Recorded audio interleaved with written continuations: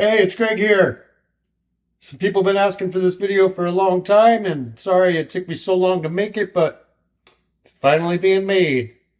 Anyway, today I'm going to show you how I made my drying chamber for drying charcuterie. Basically, this is just a refrigerator that I have converted into a drying chamber for my charcuterie. Not really a whole lot to it, but I'll go over what there is. Got a dehumidifier here and a humidifier here. That's how we'll keep it roughly 80% humidity. Doesn't really use this too much, the dehumidifier, but when I load it with a lot of things, it definitely uses it. The refrigeration unit actually dries this out quite a bit. So it actually uses the humidifier quite a bit more than it uses the dehumidifier, but it does use them both, and those are controlled. Here's the temperature, here's the humidity. Don't worry about the beep, that's just because my door is open. And those are the probes. Go to my controllers, which I'll show you in a minute here. I do like to keep a hygrometer in here so I'm not just relying on my controllers. I can at least verify that they're working. Then the other critical thing is the fan.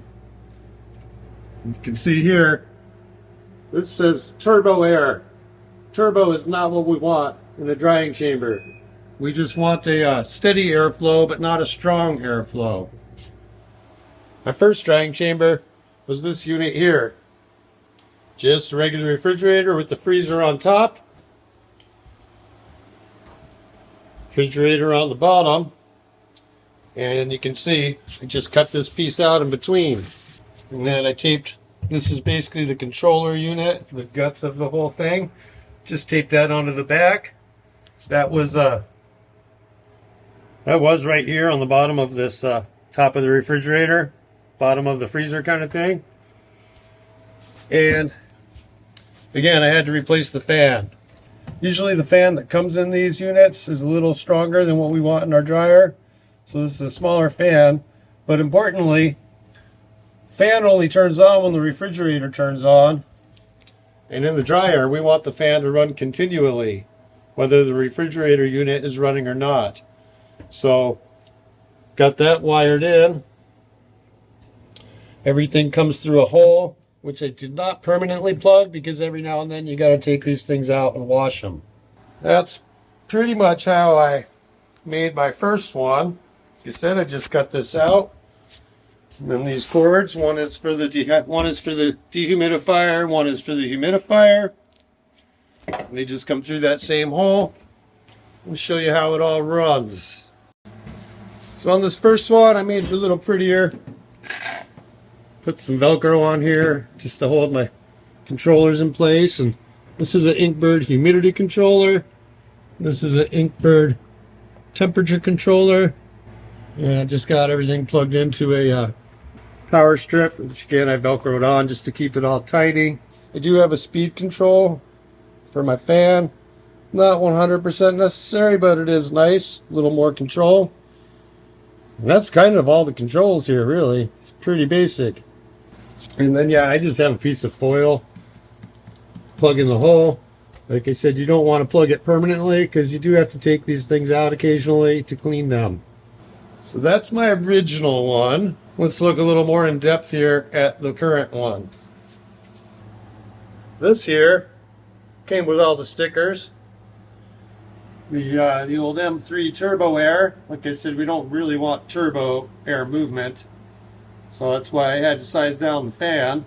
But I got this from my good friends at World Pies Pizza in Eugene when they remodeled their kitchen. I got this refrigerator from them when they remodeled it. Came with all the stickers and everything. Quite a collection of stickers. But again, go around the side. I didn't do all the Velcro and fancy stuff. I just got it hanging. But got my Inkbird temperature controller and my Inkbird humidity controller. These are super easy to use. That's why I chose them. They're very reasonably priced. I'll have a link in the description. If you live in the United States, you can use the discount code and get 20% off of I think they said 20% off the temperature controller and 15% off of the humidity controller. If you're not in the United States, I'll leave a link. You can get it through Amazon, but I can't give you the discount code. Sorry, I did try, but that's what Inkbird was willing to offer me. Again, I have the hole that everything comes through, and I just have a rag closing that off because you do need to take that stuff out and clean it periodically. Connected to the humidity controller, it's just got a couple of outlets right on there. One is for humidifier, one is for my dehumidifier. It's really as easy as that. And then you just go through the settings here. Comes with very easy to read, very easy to follow instructions. You want to give it a little window. Can't just set it to the 80% humidity I want. You got to have a few degrees on either side. And you can see right now it's down to 68. When this unit turns on, it dries it out pretty significantly, but the average will be 80. And then my temperature controller, and it also has a plug that it's connected to, and that's where my refrigerator is plugged into. If you had this in a garage or somewhere that gets cold, where you might need a heating unit, that's also the other option, and that way you can keep it. I keep mine at 55 degrees, but generally anything 50 to 60 degrees Fahrenheit will be sufficient for drying charcuterie. And again, I just have a man, having a brain fart. Shouldn't have had that second beer before making the video. Anyway, power strip. Got my power strip here. Okay, and somewhere in this mess I do have speed control for my fan. Not totally necessary, but it allows me to keep the fan a little bit lower than it would be without it. I got it set at about half. And again, you got to replace the fan. One, because the existing one's probably too big, and two, it needs to stay running the whole time, whether the refrigerator unit is running or not. So that's the basic setup.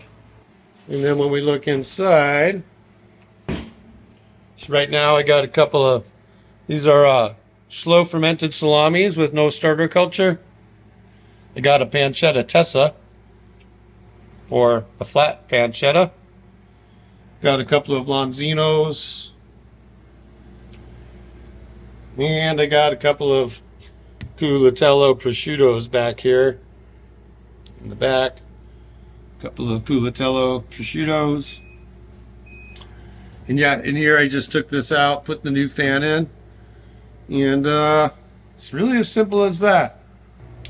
So for my humidifier, I'm using a fine mist, pretty much any fine mist or ultrasonic humidifier. It'll just make a very fine mist, and that works well. You do want to make sure it has a positive on-off switch. Some of these are made digitally. They have a digital on-off, and some of those won't turn back on once you unplug it and unhook the power, which is basically what the controller does. Then you have to turn it back on at the switch. So make sure you get one with a positive on-off. And then my dehumidifier, this is 2,200 square foot size. For some reason, the 1,500 square foot size, I went through several of them. They only seem to last a few months before they stop working. I've had this for a few years and it just keeps working. So I don't know why. It seems to be more or less the same design, but it's the 2,200 square foot model. And again, I'll link that in the description. And yeah, those are just plugged into different extension cords going to those controllers. And it's pretty much as simple as that. And then, like I said, and I put a hole in the back and it all goes through there, which I just have plugged up with that rag. I have this little hygrometer by Govee. I have in here, and I like this a lot because it connects by Bluetooth to my phone. It'll show me the average. So I can see, here in rural Oregon where I am, sometimes we do lose power. And if we're out of power for a day or two, you can see some spikes that happen. If I'm out for much more than that, I'll set up my generator and keep it running. But if it's just going to be out for 12 to 24 hours. I usually just let it ride. And there's no real exhaust in here for the air, so it is important to just open this up every day or so. Just make sure to open it once or twice every day or so, and that's really enough to let out the humidity. I did have to set my settings a little different on those Inkbird controllers for this particular fridge versus this smaller fridge. I believe that's just because this is a smaller, more home use type fridge. Doesn't dry it out as much as the other one does. The other one dries it out more. So I did have to make some slightly different settings on the controllers. Just had to play around with it till I got it to be in the right zone. But that's pretty much how I made these. It's pretty basic. Now, a wine cellar or a wine fridge will have temperature and humidity control, and a lot of people use those too. They're generally a little smaller, so if you're just doing a few pieces, that probably work great. But if you're like me and you go a little bit overboard on your hobbies, you might need a whole size fridge. So there's a couple of options. Any questions, leave them in the comments. Give me a thumbs up if you like my video. If you want to see some charcuterie content, sausage making content, subscribe to my channel. If you're feeling generous, you can throw a super thanks my way. Never turn down a tip. And whatever you do, put some love into the food you're making. Peace, y'all.